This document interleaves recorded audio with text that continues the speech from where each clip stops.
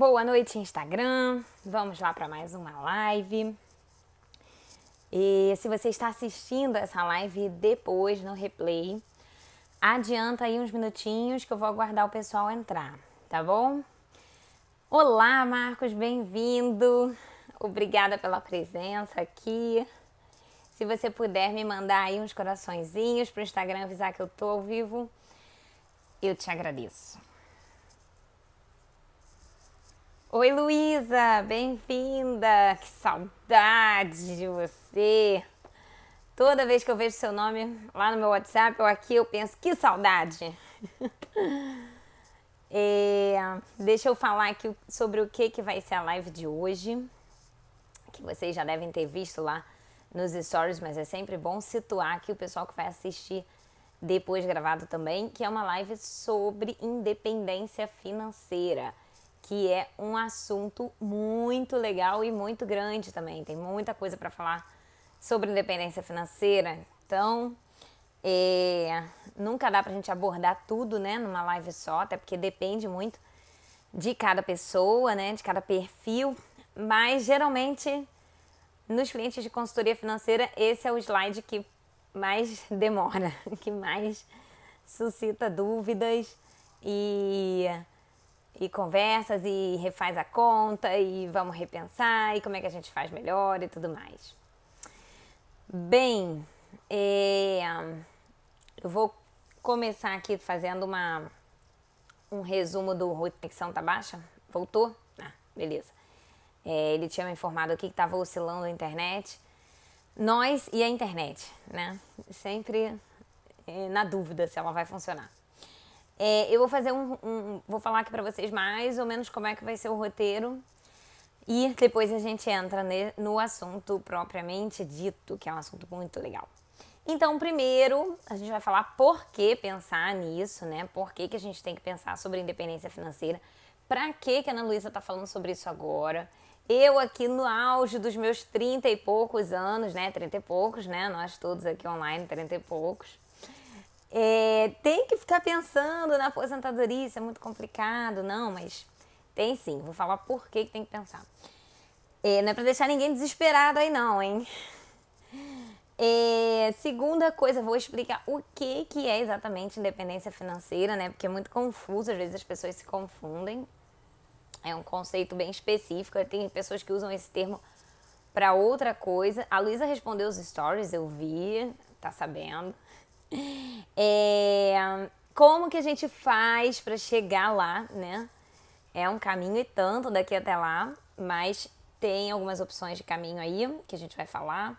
Qual o melhor investimento para aplicar a nossa reserva, a nossa independência financeira? Emanuela, seja bem-vinda!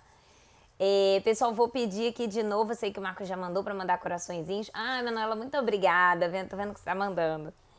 E depois vamos falar sobre na prática, né? Como é que a gente faz isso na prática, no dia a dia, porque é para todo mundo, viu? Bom, deixa eu só fazer um adendo aqui. Quando a gente fala de independência financeira, às vezes a gente vê na internet, né, o pessoal falando, eu vi, porque eu alcancei minha independência financeira aos 44 anos. Ah, legal, muito bom.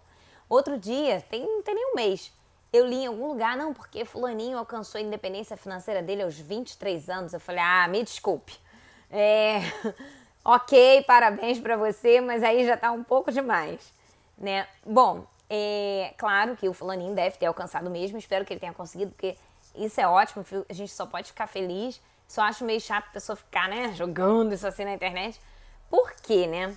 Se você não nasceu em berço de ouro, se você não ganhar uma grande herança, se você não ganhar na aposentadoria, esse é um objetivo financeiro muito grande, né? Exige muito dinheiro nele, né? Então, é muito difícil você alcançar ele cedo. O que eu vou falar aqui sobre independência financeira não é aquela pessoa que vai alcançar a independência financeira aos 35 anos de idade, tá? Piscou, tá lá. Manuela tá rindo, mas é verdade. Eu vou falar aqui hoje sobre pessoas comuns, tá? Como eu, como vocês, que trabalham, que tem seus gastos, né? Seja um gasto em alto padrão, seja um gasto em padrão classe média, seja um gasto em baixo padrão, não importa, mas assim, são pessoas que trabalham, têm gastos, né? Têm contas a pagar e podem sim se programar para alcançar a sua independência financeira. Então, assim, voltou. Então, não é pra gente ficar achando que é alguma coisa, pessoas com muito dinheiro, não é. Sua independência financeira e pensar nisso desde já. Olá, Aline, bem-vinda. Então, é pra você, tá? Independência financeira. Bom, vamos entrar aqui no meu roteiro pra vocês ou tá normal? Porque aqui pra mim ele tá dando notificação de oscilação de internet. Qualquer coisa eu posso trocar aqui de internet. Mas bem, vamos lá. Por que a gente precisa começar a pensar em independência financeira? Indo e vindo, né? Olha só, ele vai pausar um segundinho que eu vou trocar a internet pra ver se ele fica mais calmo. Ele fica mais estável, tá? Vamos ver se agora a internet vai ficar mais estável, que eu troquei aqui pra uma rede que eu espero que seja melhor. Vamos ver se vai ser melhor mesmo. Bem, então já fiz aqui a introdução que é pra você, tá? A gente vai falar aqui de independência financeira para pessoas comuns, tá? Que trabalham ao longo da vida para se aposentar lá no futuro. Então, nada de, vou me aposentar aos 40 anos de idade. Não vai dar, sim, sinto muito. A não ser que você tenha aí ou ganhe muito dinheiro com o seu trabalho, ou que você tenha uma herança, mas não é sobre isso que a gente vai falar aqui.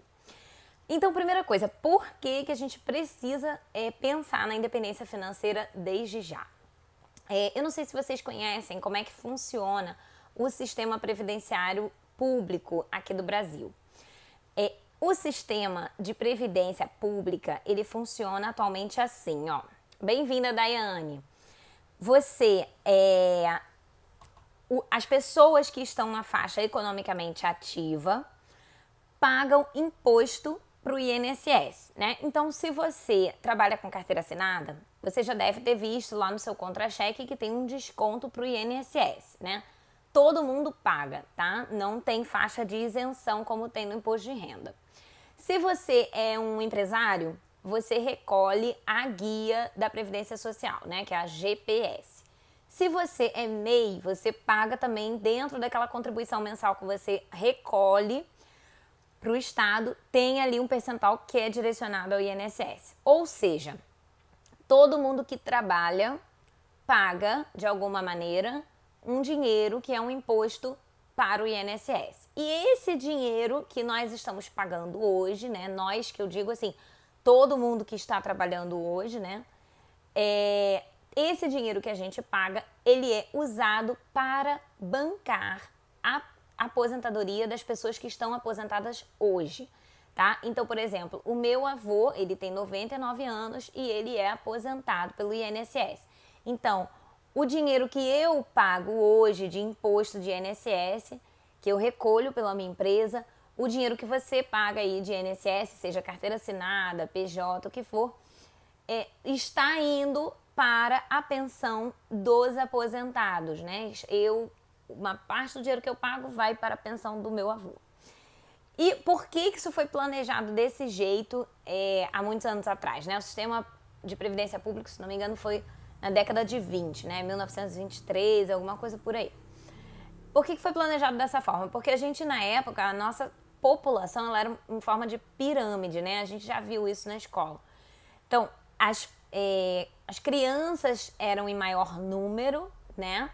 Depois, à medida que você ia olhando as faixas de idade mais velhas, iam reduzindo o número de pessoas mais velhas, a gente tinha um percentual bom de pessoas ali na faixa economicamente ativa, né, entre os 20 e os 60 anos, e a gente tinha um pouquinho só de pessoas idosas, né, pessoas acima de 60 anos, era uma faixinha pequena. Então era uma pirâmide bem, com a base bem larga e o topo bem estreito, né, então assim, pessoas acima de 20 anos, acima de 90 anos naquela época eram raríssimas, né? Nem aparece na pirâmide, né? Quando você olha a pirâmide lá do IBGE, nem aparece esses topos. E aí, o que aconteceu? Ao longo do tempo, essa pirâmide mudou de formato, né? Ela hoje não é mais uma pirâmide, né? A gente continua chamando de pirâmide etária, mas ela não é mais uma pirâmide. Como é que ela é? Hoje, a gente tem... Não consigo nem fazer com a minha mão. a gente está tendo menos filhos, né? Então, a faixa mais baixa de crianças, ela tá mais curtinha, né? Olá, Tatiana, bem-vinda. E a faixa das pessoas ali economicamente ativas, então ali entre os 20 e os 50 anos, ela é grande, né? Porque as crianças lá da década de 80 agora estão chegando nessa faixa economicamente ativa, né? Estão chegando, não, já chegaram há um tempinho. Mas enfim, então a base da nossa pirâmide está ficando menor e a parte que é a parte economicamente ativa, que é quem paga imposto, né, que é quem sustenta o INSS, está maior. E os idosos estão crescendo, né? A gente tem ainda um topo bem afunilado, né? Mas já temos um número expressivo de pessoas acima de 65 anos, né? A pirâmide do IBGE, a última faixinha dela é o mais de 90. Então ela vai de 5 em 5 anos, né? De 0 a 4, de 5 a 9 até mais de 90. E hoje já dá para você ver ali um pontinho ali no mais de 90, né? Que antigamente nem dava. E qual é a projeção do IBGE para 2050? Né? Então daqui a 30 anos, né? Daqui a 29 anos. É que essas pessoas que hoje estão na faixa economicamente ativa, que é um grupo grande, né? É a parte mais larga da nossa pirâmide, essas pessoas vão envelhecer e vão chegar no topo. É claro que nem todo mundo vai chegar até o mais 90 lá. Algumas pessoas vão morrer antes de chegar a mais de 90 anos. Porém, a gente está tendo uma expectativa de vida cada vez maior, né? A gente está tendo acesso a cada vez a tratamentos de saúde cada vez melhores, né? Que estão aumentando a nossa expectativa de vida. Então, o grupo que hoje está na faixa economicamente ativa pagando imposto, ele vai em massa para o topo da pirâmide, que é a faixa das pessoas mais velhas que estão aposentadas e que logo, além de não estarem pagando imposto, estão recebendo a sua aposentadoria. Quando você olha a pirâmide, vocês podem pesquisar aí, pirâmide etária IBGE 2010, 2050, tem a projeção até o ano de 2060, tá? O IBGE fez a projeção até lá. Vocês podem olhar que, assim, é meio desesperador quando a gente olha isso. Por quê? Isso significa que e tem mais. A parte de baixo, que é das crianças, né? As crianças vão deixar de ser crianças e vão chegar ali no meio do caminho, que é onde elas vão começar a trabalhar e pagar imposto. Só que a gente diminuiu, né? Então, a nossa geração começou a ter menos filhos. Na verdade, a geração acima já começou a diminuir os filhos e a gente diminuiu ainda mais. Então, a parte de baixo da pirâmide tá mais magrinha. E é ela que vai estar ali na faixa economicamente ativa, pagando imposto para sustentar uma galera desse tamanho aqui, ó. Então, as crianças que vão se tornar jovens vão pagar imposto para sustentar os novos idosos, que somos nós. Ou seja, não vai ter dinheiro para todo mundo, né? O sistema, da forma como ele está hoje, ele é insustentável a longo prazo.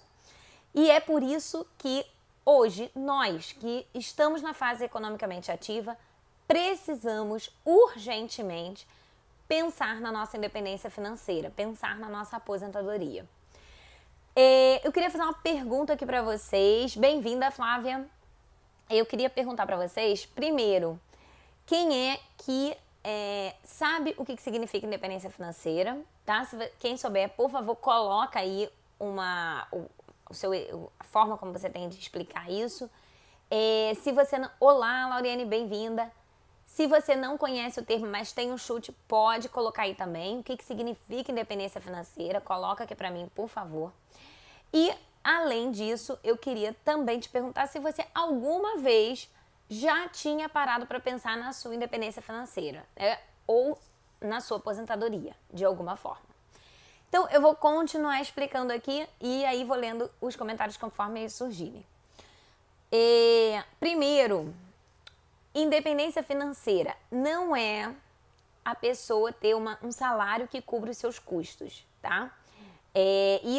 Tem gente que chama isso de liberdade financeira, né? Então você começa a trabalhar e você consegue alcançar um salário ali que vai pagar todas as suas contas. Ou seja, você tem liberdade financeira. Você pode escolher o que você vai fazer com o seu dinheiro porque você já cobre os seus custos. Mas não é independência financeira, né? Por quê? Porque você ainda depende do salário que você está recebendo. Tem gente que acha que independência financeira é ficar muito rico, né? Ficar milionário, né? Aí tem aquela coisa lá do 1 milhão, né? Tem esse negócio do 1 milhão é engraçado, porque é 1 milhão já há anos, né? A pessoa quer ser milionária. Só que o 1 milhão, ele vai mudando, né? Porque com a inflação, 1 milhão vai perdendo valor. Então, assim, mas continua essa história de 1 milhão. Tem pessoas que não precisam alcançar 1 milhão de reais. Tem pessoas que precisam ir além de 1 milhão de reais. Então, esse 1 milhão de reais é um número, assim, cabalístico, né? Mas, na verdade, é um objetivo que requer um volume de dinheiro grande, sim. A gente só precisa fazer a conta e saber qual é esse volume de dinheiro adequado para você. Mas tem gente que acha que independência financeira é ter muito dinheiro. Não é necessariamente ter muito dinheiro. Requer um volume de dinheiro grande, mas não significa que pessoas comuns que trabalham, que pagam contas, não podem ter, tá? Então, beleza, a gente já definiu o que não é. Agora eu vou falar então o que é. Ó, independência financeira parece tão distante.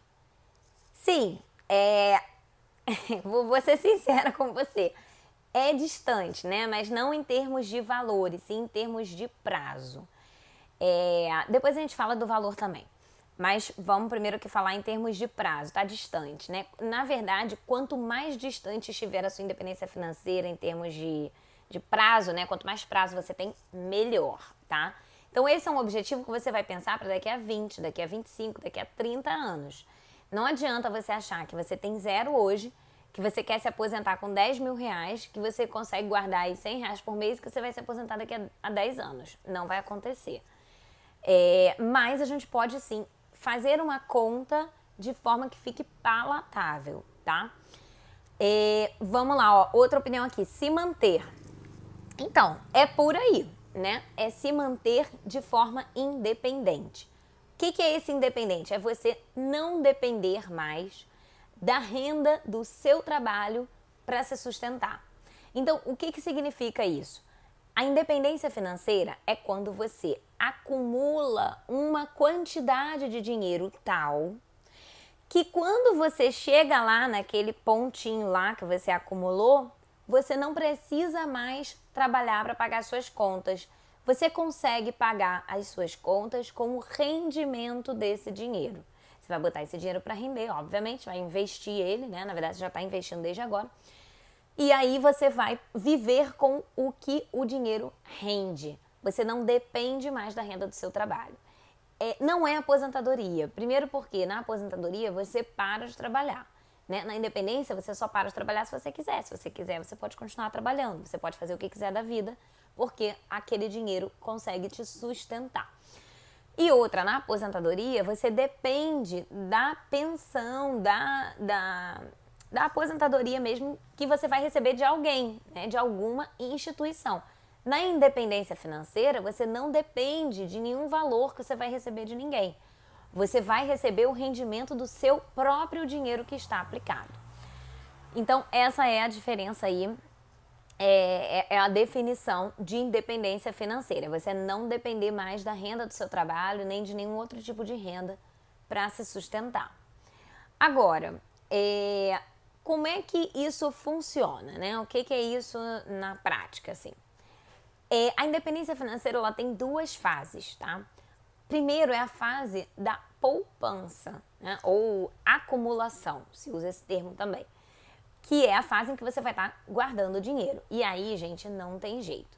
Ou a gente pega do nosso bolso e guarda, ou o dinheiro não vai se multiplicar sozinho, tá? Na verdade, assim, o investimento, ele multiplica o seu dinheiro, mas ele não gera dinheiro. Agora, para ele multiplicar o dinheiro, tem que ter algum dinheiro lá, né? Porque você pode botar... Tem um investimento maravilhoso que rende 100% por dia. Aí você investe zero, 100% de zero é zero.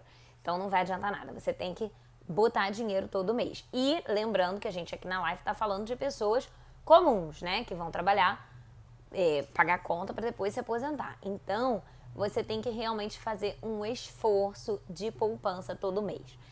Vou só fazer um parênteses aqui, que eu acho que tem um comentário aqui, né, que parece tão distante, acho que é em relação a essa questão do dinheiro, né, também. Por quê? A gente está começando agora no Brasil a ter educação financeira, né? Até algum tempo atrás, isso não era um assunto tão relevante.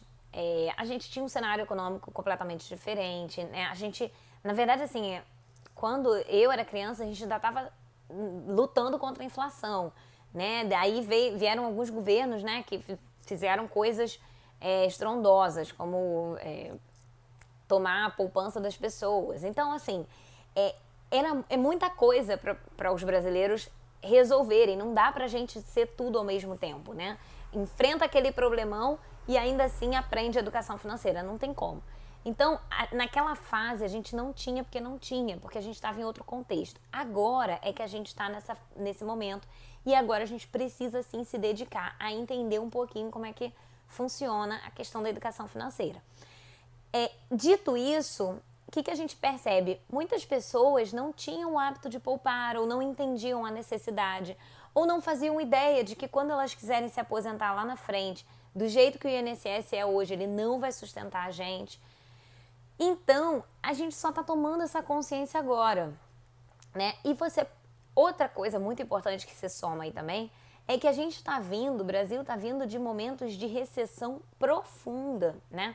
Então, no final de 2014, 2015, 2016, 2017, foram anos de recessão econômica, né? O PIB caindo. Então, a gente teve aumento do desemprego, mesmo as pessoas empregadas tiveram redução de salário, né? Claro, a lei não permite que uma pessoa com carteira assinada tenha redução de salário, mas ela é demitida e é recontratada em outra empresa para um salário mais baixo, então ela tem redução de salário, entre outras coisas que a gente sabe bem como que foi, né? Então, a gente tá num momento ainda, o brasileiro, de renda muito achatada em relação aos custos, né? Porque nesse período de recessão, a gente tava o PIB caindo, o desemprego aumentando e a inflação aí comendo solta, né? Então, assim, além de que o nosso dinheiro estava reduzindo, as coisas estavam ficando mais caras. E aí, quando a gente começou a botar o narizinho para fora da água, né? 2020 vai bombar. Veio a pandemia e a gente teve uma queda do PIB de novo em 2020. Então, agora, se a gente começa a entender a educação financeira hoje, começa a ter um planejamento financeiro melhor, deixar isso em mente, ainda que a gente não tenha a renda que a gente deseja hoje, se isso tiver na nossa cabeça, se isso tiver como uma meta, né, minha independência financeira, fica ali aquela meta no fundo lá dos pensamentos, conforme a gente vai galgando degraus, vai recuperando a nossa renda, a nossa capacidade de compra, né, o nosso poder aquisitivo, a gente já vai moldar as nossas finanças de outra maneira. A gente já vai... a gente não vai... Quando a gente vai obtendo a educação financeira, a gente, ao ter um aumento de renda, a gente não tem um aumento de custo junto. A gente já tá ligado, opa, peraí, então se eu aumentou a renda, eu tenho que aumentar a minha capacidade de poupança também. Eu posso até aumentar um pouquinho o meu custo, mas não totalmente. E aí, a gente tem ainda muitos anos pela frente para poder recuperar isso. Então, esse era o parênteses que eu queria fazer aqui. Agora, voltando lá, oi Eliésio, falou que vinha e veio mesmo, hein? Bem-vindo. Então, quando a gente fala em independência financeira, a gente tem essas duas etapas aí, que é a da poupança e a do consumo. Qual que é a ideia, né? É exatamente isso que eu estava mostrando aqui. Você passar vários anos da sua vida poupando e acumulando um dinheiro, e esse dinheiro ser suficiente para, a partir do momento que você decidir se aposentar, né, ou parar de trabalhar, você poder receber o rendimento até o final da sua vida, tá? Então, existem diversas formas de se fazer essa conta. Tem alguns vídeos que eu coloco, tem vídeos aqui no Instagram, no GTV, tem alguns vídeos meus lá no YouTube falando sobre como fazer essa conta. E é muito importante que a gente faça a conta, ainda que a gente não esteja no momento ideal. Mas a ideia, em termos gerais, é essa. E, mais importante, Imagina que você hoje tem 35 anos e você vai poupar por mais 30, né? Até os seus 65 anos. Depois, lembra que eu falei que a pirâmide a gente está indo lá até os mais de 90 anos? Você provavelmente vai chegar aos 100, né? Ou se você não, pode até ser que você não queira chegar aos 100, mas você tem que considerar essa possibilidade que você vai chegar aos 100 anos. Então, se uma pessoa hipotética, né, que hoje tem 35, quer se aposentar aos 65, daqui a 30 anos, se ela viver até os 100, ela vai ter mais 35 anos aposentada. Ou seja, você está começando a sua independência, está começando a guardar dinheiro para sua independência financeira hoje, vai guardar durante 30 anos e esse dinheiro tem que te sustentar durante 35 anos, né, um prazo maior. Isso não é nenhuma coisa absurda, tá? Como eu já comentei aqui, o meu avô, ele, por exemplo, ele tá nessa situação, né? Meu avô tem 99 anos. Na época em que ele se aposentou, foi antes dessa última reforma, então ele se aposentou com menos de 65, né? Porque naquela época a regra era as pessoas se aposentavam mais cedo, mas ele é uma pessoa super longeva, né? Tá aí com 99 anos, então ele já tem mais tempo de aposentado, ele tem mais tempo recebendo dinheiro do que a fase de poupança e acumulação dele. Então é por isso que a gente tem que realmente fazer um planejamento muito cuidadoso, né?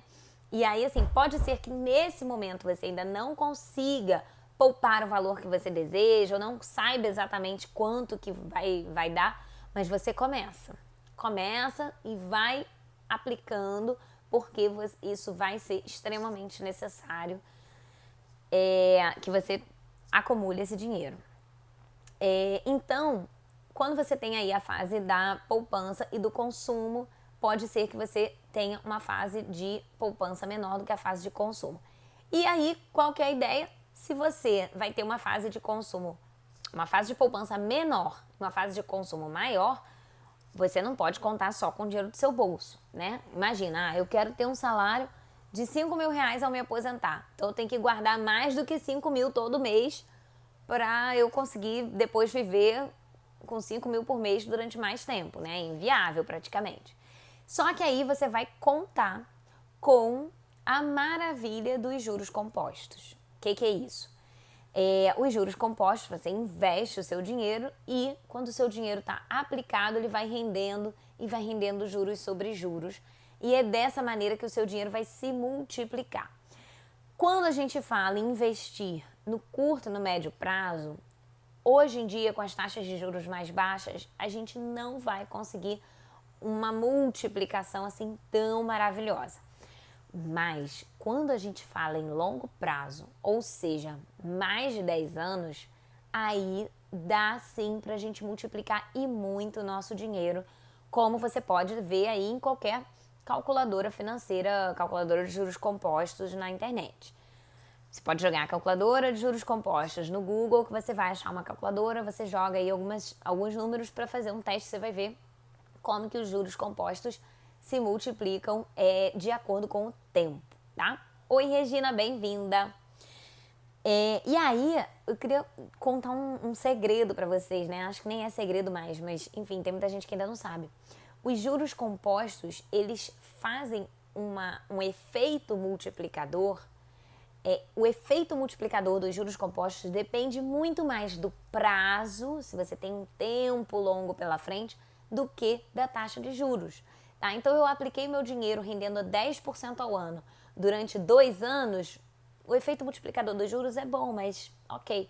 Agora, eu apliquei meu dinheiro a 5% ao ano ao longo de 30 anos, você pode ver, pode fazer a simulação em qualquer calculadora de juros compostos, que o seu dinheiro vai se multiplicar muito mais no final. Então, quanto mais prazo você tem, além de ter mais tempo para guardar dinheiro e não precisar guardar tanto de uma vez, mais o seu dinheiro vai se multiplicar conforme você investir. Então, essa é a ideia, né? Que você invista durante a fase de poupança para acumular o valor e aí depois na fase de consumo você poder ir usando o rendimento do seu próprio dinheiro sem depender de mais ninguém. E como é que a gente faz isso na prática? Existem basicamente 2 caminhos para você fazer isso, tá? O primeiro é você investir de forma independente. Então, eu decidi que eu vou, todo mês, vou poupar, vou entrar lá na minha corretora, vou aplicar o dinheiro e vou guardando até alcançar lá o valor que eu preciso, na continha que eu fiz para minha independência financeira. Outra opção é você contratar esse serviço de alguma empresa. Como é que é o nome desse serviço? Chama-se Previdência Privada. Então, a Previdência Privada, o plano de Previdência Privado, não é um investimento, tá? O plano de Previdência Privada é um serviço que te ajuda a organizar a sua independência financeira, né? Ou a sua previdência.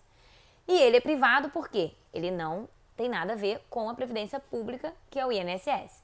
Ele depende única e exclusivamente do seu dinheiro. A ideia da previdência privada é a mesma. Você vai guardar um dinheiro ali durante muito tempo e lá no futuro você vai poder ir resgatando aos poucos até o final da sua vida. Mas, como é um serviço oferecido por empresas, né, você não vai estar fazendo de forma independente, existem aí algumas regras, né?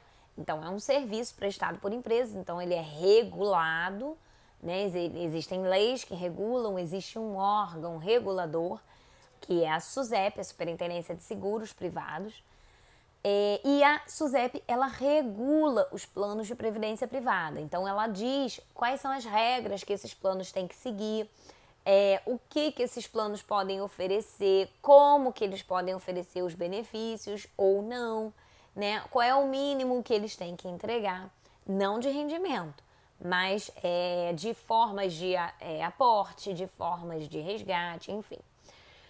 Todas essas regras aí, os planos de previdência privada têm que seguir.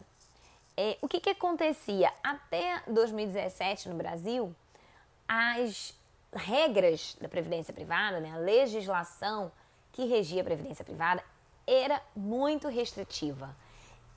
Ela praticamente não dava muita abertura. Olha, a previdência privada tem que ser assim, tem que ser assado, tem que ser assado. Essas coisas que são criadas no Brasil para proteger o consumidor, né? Então vamos proteger o consumidor. E aí criava um monte de restrição. O que acontecia? Era tão restrito que só as grandes empresas entravam nesse mercado e faziam sempre produtos muito ruins, né? A gente tinha poucos produtos, logo, como a gente tinha poucos produtos, tinha pouca concorrência. Como tinha pouca concorrência, o custo era enorme, né? Então os custos altíssimos. Só que custo de previdência privada é sempre em forma de uma taxa, né? Um percentual do valor que você aplica. Então, isso faz com que fique mais difícil para o brasileiro entender qual é o custo exatamente ali, né? Qual é o custo? Não, você não vai pagar nada. Taxa de administração 4% ao ano. 4% é pouco. 4% é uma taxa astronômica, né? Mas a gente não sabia, é um percentual, fica tudo ali meio, você não tem muita noção.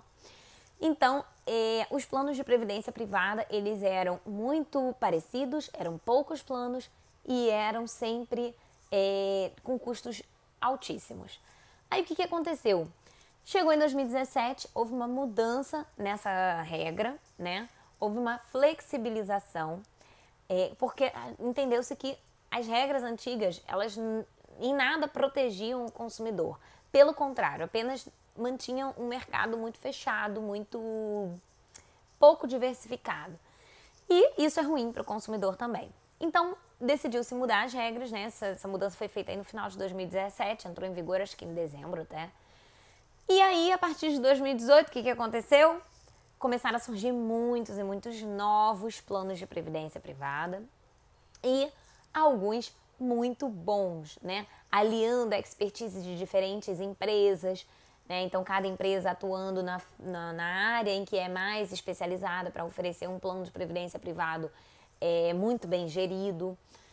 E isso fez com que agora os planos de previdência privada se tornassem mais competitivos, com custos mais baixos, com entregas melhores, né?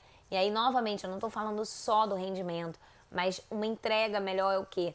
você pode escolher entre um plano de previdência privada que vai aplicar o seu dinheiro em fundos multimercado ou em fundos de risco arrojado. Você não precisa ficar só ali naquele plano de previdência privada que só investe seu dinheiro em renda fixa, né? Que é uma coisa que para o longo prazo não faz sentido. Então, a gente agora está começando a ver um mercado de previdência privada no Brasil bem mais interessante. As pessoas que trabalham nessa área, né, empresas que atuam no segmento de previdência privada, ainda enxergam muitas restrições, né? Ainda acham que as regras poderiam melhorar mais, a gente poderia ter regras mais flexíveis, que dessem mais poder ao consumidor de escolher, né? Mas já melhorou bastante e as pessoas agora já têm acesso a bons planos. E outra mudança importante também, que se não me engano foi um pouquinho anterior, é a questão da portabilidade da previdência privada, né?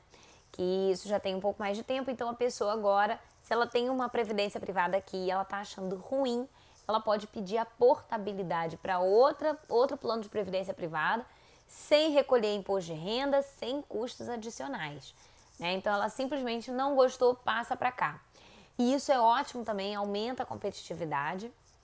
E a gente chega aqui na minha outra pergunta para vocês, que é a seguinte: quem aí já tem um plano de previdência privada? Quem já pensou em fazer e tá querendo fazer, ou achou bom, achou ruim, ou acha que ainda fica muito desconfiado de previdência privada? Se vocês puderem colocar aqui para mim se vocês já tiveram alguma experiência com previdência privada ou não, ou se gostariam de ter, se estão pesquisando, vai me ajudar, porque eu agora vou comentar um pouquinho como é que funciona aqui a questão da previdência privada e dos investimentos. Por quê? Então, como eu já falei, quando você contrata um plano de previdência privada, você está comprando um serviço, né? Você não está investindo, você está comprando um serviço. Só que, para esse serviço funcionar, ou seja, para essa empresa com quem você está contratando o plano de previdência privada, para que ela possa prestar o serviço adequadamente, fazer com que o seu dinheiro se multiplique e ele possa te sustentar lá na sua velhice, ela precisa investir o seu dinheiro, né? Da mesma forma como se você for fazer de forma independente, não dá para você pegar o dinheiro e guardar debaixo do colchão. Você não vai conseguir alcançar a sua independência financeira se deixar o dinheiro debaixo do colchão ou se deixar ele todo na poupança.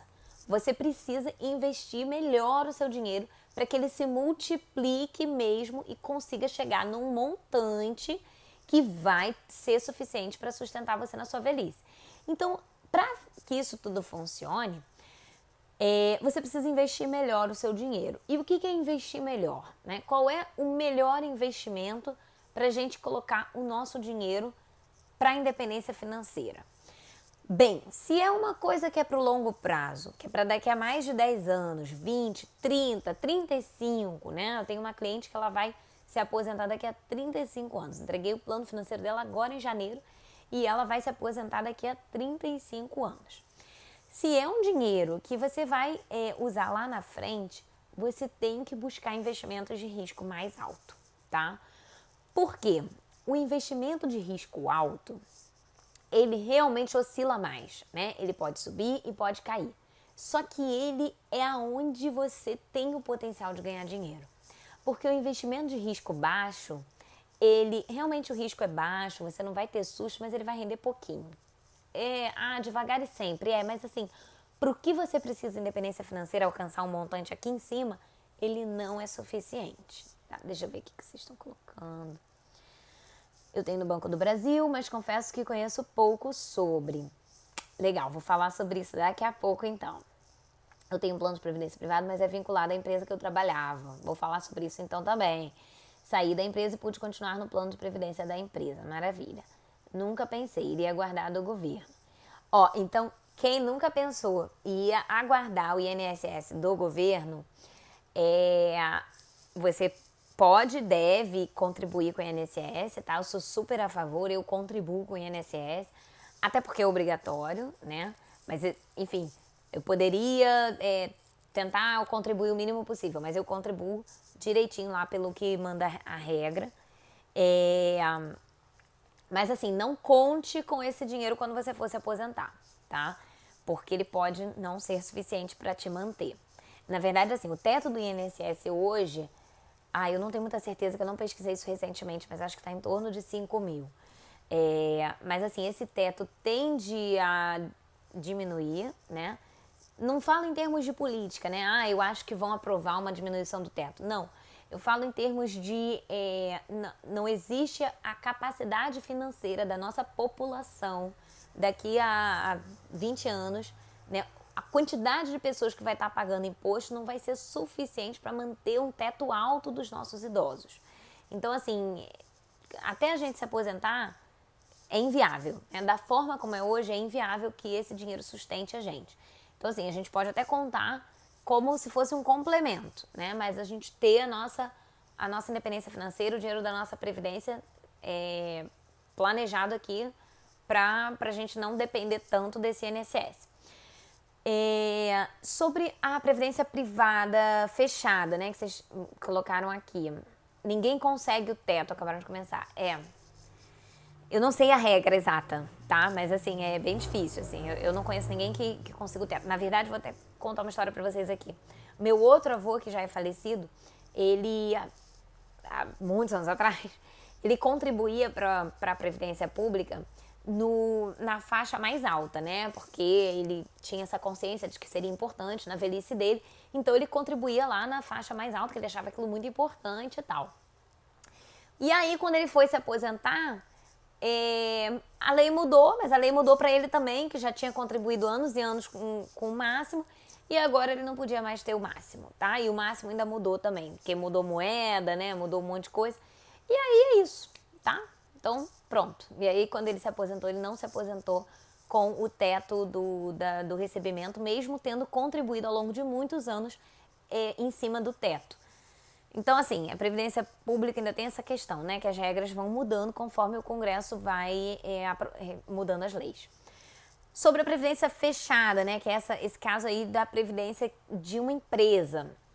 Então, se você trabalha numa empresa que tem um plano de Previdência privada, ele é uma Previdência fechada daquela empresa, tá? Tem as suas vantagens, tem as suas desvantagens. Se a empresa contribui junto com o funcionário, vale muito a pena, tá? Imagina que você põe R$100 do seu bolso e a empresa vai lá e põe mais 100. O seu dinheiro dobra, né? Em 24 horas. Não existe um investimento desse, né? Então é maravilhoso, você deve fazer.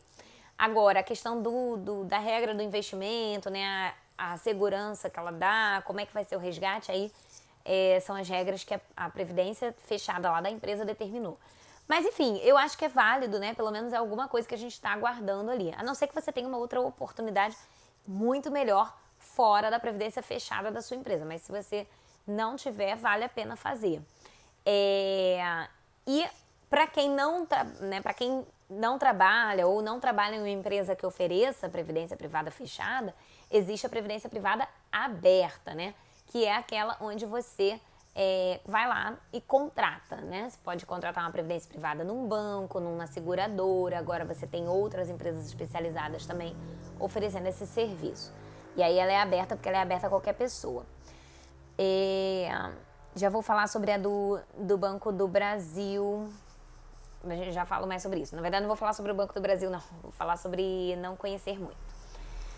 Bem, então a gente está aqui falando sobre os investimentos. Qual é o melhor investimento? Você deve buscar investimentos de mais alto risco. E é claro que assim, você não vai pegar todo o seu dinheiro da Previdência, né, da sua independência financeira e aplicar no mais alto risco, porque isso não é adequado, tá? Mesmo o investidor que tem perfil arrojado não deve ter todo o seu dinheiro no alto risco. Então ele deve ter um pouquinho ali em risco baixo e um pocão, digamos assim, no risco mais alto, né? Quanto mais prazo você tem, mais você põe no alto risco. Então assim, eu tenho 15 anos pela frente, faz aí metade o dinheiro da independência financeira. Agora, se você tem mais de 15, tem 20, 25, 30 anos, você já pode colocar cada vez mais volume de dinheiro no alto risco. E aí também depende conforme você vai poupando, né? Porque você começa com um valor mais baixo e você vai poupando, vai guardando, vai aplicando, vai investindo e aí você vai fazendo esse dinheiro crescer e de vez em quando você vai dar uma olhada como é que tá, né? E aí você vai rebalanceando aí a sua carteira de investimentos da independência financeira. Então, você pode investir a parcela de proteção, tesouro direto com prazos longos, né? 2045, 2035, que é a parcela que vai ficar mais protegida, né? Que o tesouro é risco baixo. Você pode pegar títulos de renda fixa de prazos longos que não tenham liquidez também, né? LCI de 6, 7 anos, CDB de 9 anos, é interessante para isso também. É outra parcela aí mais baixa. Oi, Simone, bem-vinda! E outros investimentos de risco mais alto. Então, você vai buscar investir em ações, você pode aplicar em fundos de investimento que fazem uma diversificação ali dos ativos, né? Que aplicam um pouco em ações, um pouco em câmbio, um pouco em juros, né? Existem alguns ativos que são um pouco mais complexos para o investidor leigo aplicar o dinheiro sozinho, né? Então, você, leigo aí, querer investir diretamente em juros, né? Em títulos atrelados aos juros, é mais complicado, você tem que ter um domínio técnico maior.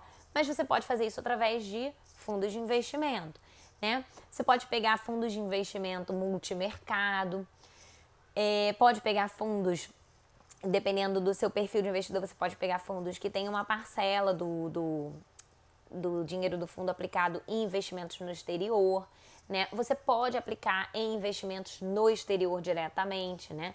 Então, existe, claro, a pessoa que remete o dinheiro para fora para investir lá fora. E tem uma gama grande de opções. Mas mesmo que você não queira remeter o seu dinheiro para fora, que você queira investir atrelado ao dólar no Brasil, né, com seu dinheiro no Brasil, declarando no imposto de renda normal, você pode investir em ETFs do índice da Bolsa Americana, né, que é o SP500. Você pode investir em BDRs, que agora estão liberados para todos os investidores. Então, aí você pode buscar o máximo de títulos diferentes, você deve buscar. Por quê? Hoje você vai começar com 10 mil, com 30 mil, com 50 mil. Só que daqui a 10 anos você tá guardando lá. Então você já chegou a 100 mil. Daqui a não sei quantos anos você chegou a 500 mil. Daqui a 25 anos você está em 800 mil. Então é muito dinheiro, né? E com muito dinheiro a gente deve aplicar em vários títulos diferentes, com perfis diferentes, né? Então, todo tipo de investimento, praticamente, é interessante para um objetivo como esse da independência financeira, porque é muito dinheiro e aí você vai diversificando. Bota um pouquinho ali nos investimentos mais protegidos, né, para ser uma parcela de proteção para sua carteira, e um pocão lá nos investimentos de risco mais alto. Isso quando você investe de forma independente. Agora, quando você vai para a previdência privada, o que você vai fazer? Você vai contratar um plano de previdência privada, né? Então, você não tem Você não pode escolher qual é o fundo que você quer a cada momento, né? Comecei o plano de previdência privada, vou aplicar aqui. Aí daqui a 2 anos, não, agora eu quero aplicar não sei aonde. Agora eu quero trocar meu... Não pode, porque você contratou um serviço, né? Aquele serviço vem com investimento acoplado, mas você contratou o serviço. Então, você deve buscar previdências privadas que vão investir o seu dinheiro em fundos de investimento multimercado, né? Em fundos bem diversificados, né? Porque, de qualquer forma, seu dinheiro já vai estar preso num único fundo, né? Na verdade, assim, eu até sei de foi até legal ter uma pessoa aqui do Banco do Brasil, porque eu tive um cliente da consultoria financeira que ele tinha previdência do Banco do Brasil. E quando eu fui estudar a previdência dele, para avaliar se estava adequada para o perfil dele, eu descobri que eles estão fazendo um negócio muito legal lá na Brasil Prev, né, se não me engano. Eles oferecem até 3 fundos para o cliente escolher. E o cliente pode definir, eu quero que 30% do dinheiro fique nesse, 50% fique nesse, 20% fique nesse. Achei muito interessante. Mas, de qualquer forma, você vai estar com todo o seu dinheiro da sua independência financeira concentrado em um ou poucos fundos, né? Quando você começa, da mesma forma, né? Quando você está começando, 10 mil, 30 mil, é um valor mais baixo. Mas daqui a 10, 15 anos, quando você tiver 300 mil aplicados em um único fundo ou em 2, 3 fundos, é pouco, né? É concentrado. Então, o ideal é que você escolha um plano de previdência privada que o seu dinheiro seja aplicado num fundo bem diversificado, né? Então, por exemplo, existe hoje em dia, né, depois dessa mudança na regra aí de 2017, que surgiram novos planos, existem hoje planos de previdência privada que investem o seu dinheiro em um fundo multimercado com risco moderado, né? Então, eu acho legal, né? Na verdade, assim, a pessoa que tem mais de 20 anos pela frente, ela já é um perfil de risco arrojado. Mas, às vezes, a pessoa está começando, não entende muito, quer pegar um fundo moderado, não tem problema nenhum. O que não pode é você pegar um fundo conservador, tá? Você tem mais de 10 anos pela frente, não pega um fundo conservador. Mas minimamente moderado já é legal. E que o mesmo fundo, ele aplica em várias coisas diferentes. Né? Ele aplica em ações, ele aplica uma parte no exterior. Se bem que fundo de previdência não. Mas ele aplica em ações, aplica em juros, aplica em câmbio, aplica em títulos do Tesouro Nacional, aplica em títulos de renda fixa privado, né? Crédito privado. Ele aplica em um monte de coisas diferentes. E mais, ele aplica em outros fundos de investimento. Aí isso, assim, eu acho sensacional. Por quê? Tudo bem, o seu dinheiro vai ficar concentrado, né? Porque você contratou uma previdência privada, então ele vai estar concentrado ali naquele único fundo. Só que aquele único fundo, ele está investindo o seu dinheiro em cotas de outros fundos de investimento, né? E por que isso é legal? Porque o fundo de investimento, ele é gerido por um profissional do mercado financeiro, que é um profissional habilitado pela CVM, certificado direitinho, mas ele é uma pessoa, né? Então ele monta uma estratégia para o fundo dele e ele vai escolhendo os ativos que ele quer comprar e vender para o fundo de acordo com aquela estratégia dele.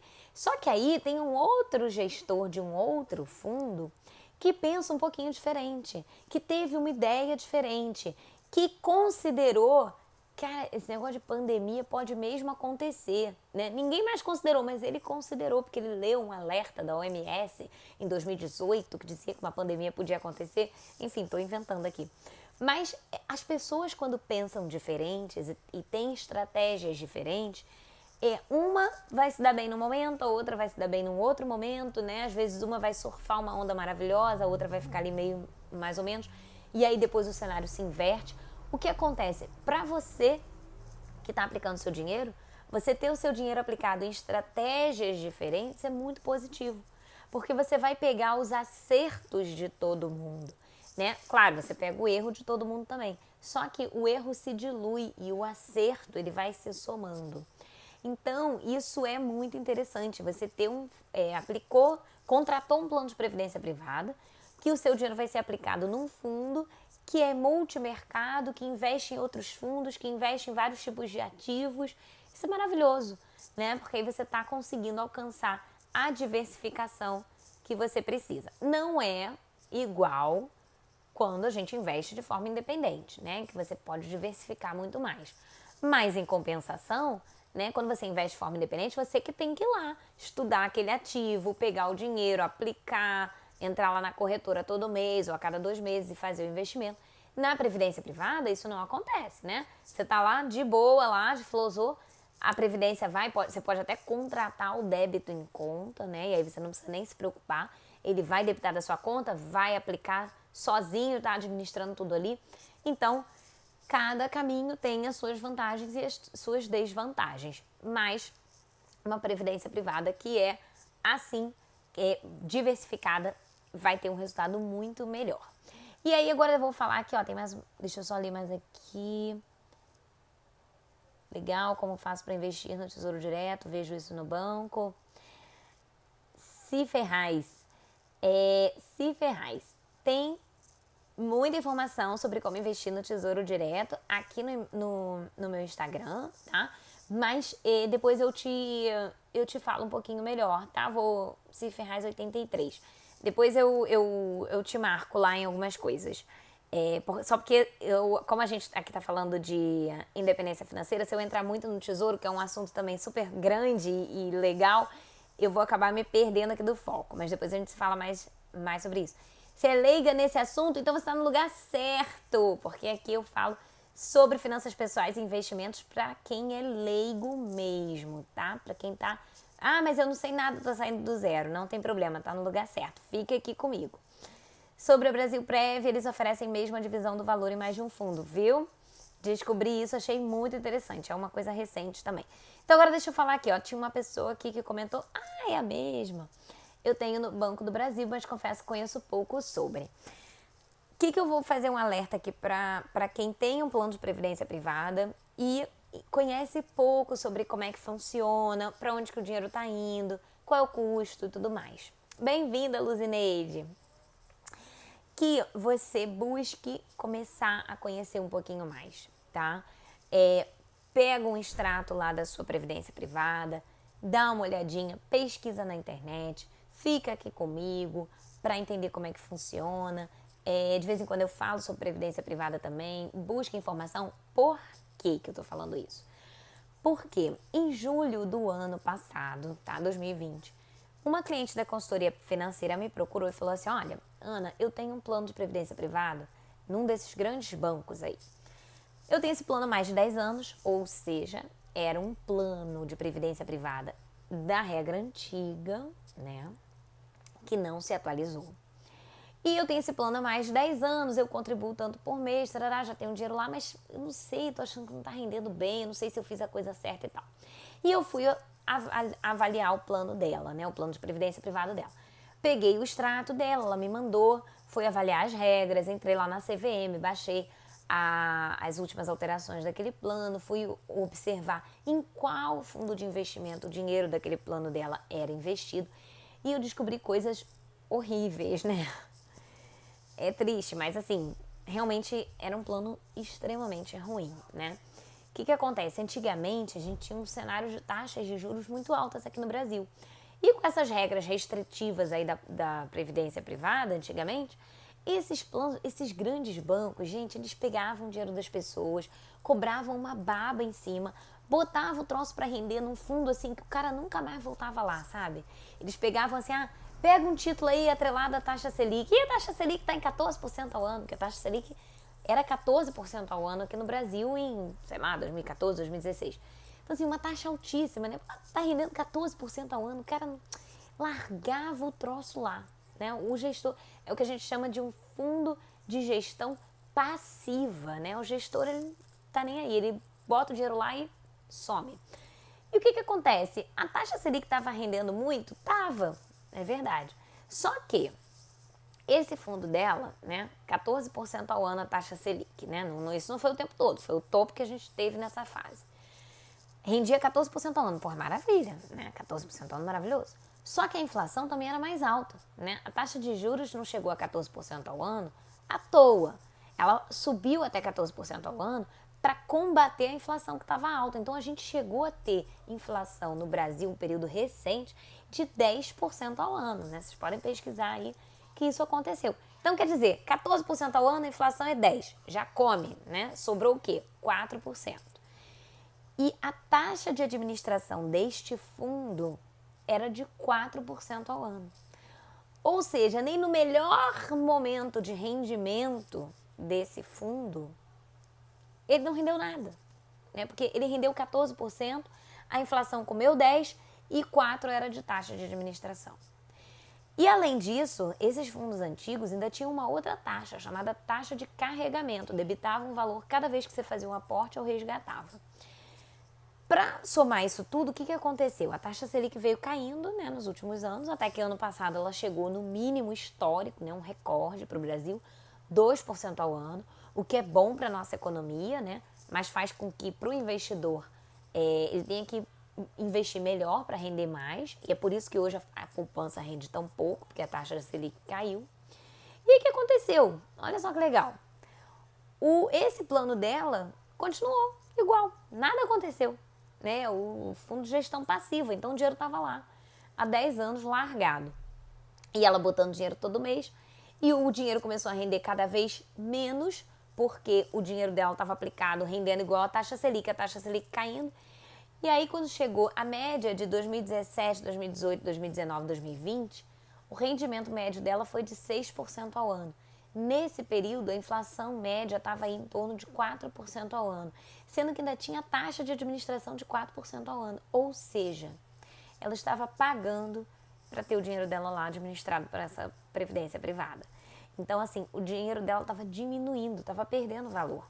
Seria infinitamente melhor se ela tivesse gerindo o dinheiro dela sozinha, ainda que não tão bem gerido assim. O que eu falei para ela? Olha, eu mostrei isso tudo para ela, né? Tem que mostrar a realidade. Você precisa buscar um outro plano de previdência privado urgente e fazer a portabilidade, né? Ela até poderia resgatar se ela quisesse, mas o problema não é a previdência privada, né? Não é o serviço prestado, e sim a qualidade daquele plano que ela contratou, que era um plano muito ruim. E não foi um erro dela, né? É porque na época, quando ela contratou lá em 2009, o mercado era assim, né? Praticamente todos os planos eram assim. Então, o que a gente precisa fazer hoje, né? Eu já tenho uma previdência privada. Primeira coisa, puxa lá um extrato, dá uma olhada nessas coisas, qual é a taxa, se tem taxa de carregamento, qual é a taxa de administração, como é que está a rentabilidade nos últimos meses, se o dinheiro é aplicado em um fundo conservador, moderado, arrojado. Os fundos antigos provavelmente vai ser um fundo conservador. E pesquisar uma outra opção para você fazer a portabilidade. Porque realmente não dá para você deixar o dinheiro lá, mas assim, em vez de você estar fazendo o seu dinheiro crescer, você está fazendo o seu dinheiro diminuir. Não dá. A gente precisa denunciar esses planos ruins, né? Sair deles e avisar mais pessoas, fazer esse alerta para as pessoas saírem desses planos ruins, porque só assim, perdendo o cliente, é que eles vão melhorar. Para vocês terem uma ideia, eu estava pesquisando esses dias sobre isso e mais de 80% de todo o dinheiro aplicado em previdência privada está aplicado em fundos conservadores de renda fixa. E isso é um problemão, né? Porque as pessoas não fazem plano de previdência privado para usar daqui a 2 anos. Elas fazem para usar daqui a 10, daqui a 15, daqui a 20. Então não pode estar aplicado em risco conservador e muito menos renda fixa. Tem que tomar mais risco. Então, assim, se você tem um plano de previdência privada e não entende muito, não se sinta atrasada, não se sinta errada, porque as coisas eram desse jeito, tá? Você não tinha como saber e você não teria uma opção melhor para fazer naquela época. Mas agora que você já está aqui, já está sabendo disso, pesquise como é que é o seu plano, pesquise um outro plano para fazer essa portabilidade e não deixar o seu dinheiro perder valor, né? Seu suado dinheirinho, que eu tenho certeza que ele é muito suado. E como é que a gente pode fazer na prática, assim, pra gente alcançar a nossa independência financeira, né? Alguns passinhos aí, pra gente fechar aqui a live. Aliás, deixa eu até perguntar se vocês têm alguma dúvida, podem colocar aqui. Ah, tô vendo aqui que você quer, legal. Podem colocar aqui as dúvidas, tá? Que a gente já tá mais pro finalzinho. Como é que você faz na prática para alcançar a sua independência financeira? Em primeiro lugar, você precisa fazer a conta da sua independência financeira, tá? Para você ter uma noção, né? E aí não adianta eu te dizer que, se você guardar R$100 por mês é suficiente, se você guardar, ou então você precisa guardar 5 mil. Eu não sei, porque vai depender de algumas coisas aí. Vai depender de quanto que você quer receber lá no futuro, né? Porque tem pessoas que tem um padrão de vida que o custo delas é de R$2.000. Tem pessoas que elas têm um outro padrão de vida e o custo de R$15.000. É uma diferença muito grande, eu não tenho como dizer aqui quanto que vai funcionar para você. Depende de qual é a renda que você quer ter. Depende de qual é o prazo que você tem pela frente, né? Eu tenho 45 anos, não tem mais jeito, acabou, para mim não dá mais, já era, vou trabalhar até morrer. Eu pretendo trabalhar até morrer, que eu gosto de trabalhar. Se eu paro de trabalhar, eu sofro. Mas eu pretendo alcançar minha independência financeira para não depender mais da renda do meu trabalho. Então, eu vou trabalhar porque eu quero, mas não porque eu preciso. Mas, eu tenho 45 anos, eu tenho um cliente que na verdade é um casal, um cliente da consultoria financeira, que é exatamente isso. Eles têm 45 e 44 anos. E aí, Ana, agora não dá mais tempo pra gente, como é que a gente vai fazer? Falei, gente, com quantos anos vocês pretendem se aposentar? 65. Então, vocês têm 20 anos para alcançar a independência financeira. Isso se você quiser manter esse valor, essa idade aí de 65. Porque vou contar uma coisa para vocês. As pessoas de 65 anos hoje, elas estão super bem de saúde. Não sei se vocês conhecem alguém, eu conheço vários. Estão ótimas, né? As que estão trabalhando, trabalham super tranquilamente. Claro que já querem reduzir um pouco o risco, não querem um horário de trabalho tão extenso, mas estão super bem. Nós que estamos aqui na fase economicamente ativa, estamos aqui nos nossos 30 e poucos, 30 e muitos, 40 e poucos, 40 e muitos, 50, quando a gente chegar aos 65, a gente vai estar ótimo. Então, se você precisa melhorar aí a sua conta da independência financeira, você pode considerar que vai trabalhar até os 70 anos e você não vai sofrer com isso, tá? Mas a primeira coisa que você precisa fazer é fazer essa conta da independência financeira e saber quanto que você precisa acumular, quanto que você precisa poupar todos os meses para chegar lá, tá? Depois, outra coisa que você precisa fazer, você precisa definir se você vai investir de forma independente ou se você vai contratar um plano de previdência privada ou se você vai fazer os dois, tá?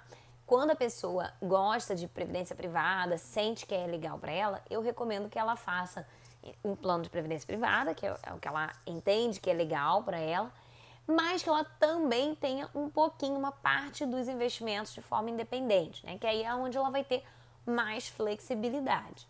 Então, você precisa definir isso daí. Se você vai querer investir só de forma independente, só através da previdência privada, ou fazer os dois.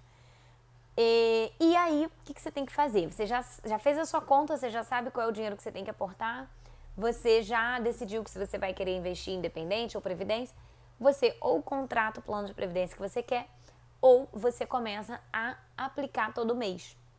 E aí você pode usar aquela ferramenta lá da aplicação programada, né? Entrar no seu banco, onde você recebe a sua renda, seja o seu salário, seja a sua renda como autônomo, enfim, entrar no seu banco e programar um TED da sua conta do seu banco todo mês para a sua conta da corretora. Então você entra lá e eu fiz a conta que eu tenho que guardar R$500 por mês. Então eu entro lá, programo, todo mês, no dia 10 de cada mês, o meu banco vai fazer um TED automático de R$500 para minha corretora. Aí eu vou entrar lá na corretora e vou de fato investir esse dinheiro. Aí, enfim, a cada mês que eu entrar, ou vou acessar a cada 2 meses, se eu não tiver tempo para fazer todo mês, mas eu vou acessar lá com alguma frequência e vou pegar aqueles 500 e vou aplicar ali num fundo que eu escolhi, esse aqui eu vou aplicar num outro título. E, deixei acumular aqui 2 meses, que eu não consegui, mês passado não consegui aplicar. Pega, já vai ter acumulado R$1.000, vai ser até bom que você vai ter acesso a títulos que o mínimo é de R$1.000 e vai aplicar. E assim você vai começando a construir esse patrimônio. E de preferência, anota também em alguma tabelinha, que eu sou a rainha das tabelas, então eu tenho uma tabela só para isso, claro, né? Vai anotando os investimentos que você está fazendo, porque aí você vai vendo o dinheiro se multiplicar. E isso é um motivador pra gente que precisa ter o controle para poupar e guardar e investir, né? Gente, então é isso. Muito obrigada por vocês terem ficado aqui comigo até o final. Espero que vocês tenham gostado dessa live. Vou deixar ela gravada aqui no IGTV, tá? E se vocês tiverem qualquer outra dúvida, se quiserem me mandar mensagens aí lá no direct, eu sempre respondo. Eu tenho também o LinkedIn, tem gente que gosta de mandar lá no LinkedIn. Obrigada, Simone. Pode me mandar mensagem no WhatsApp. Enfim, onde vocês quiserem podem me mandar, que a gente vai conversar e vai tirar essas dúvidas. Tá bom, pessoal? Obrigada pela disponibilidade de vocês e até a próxima. Até logo!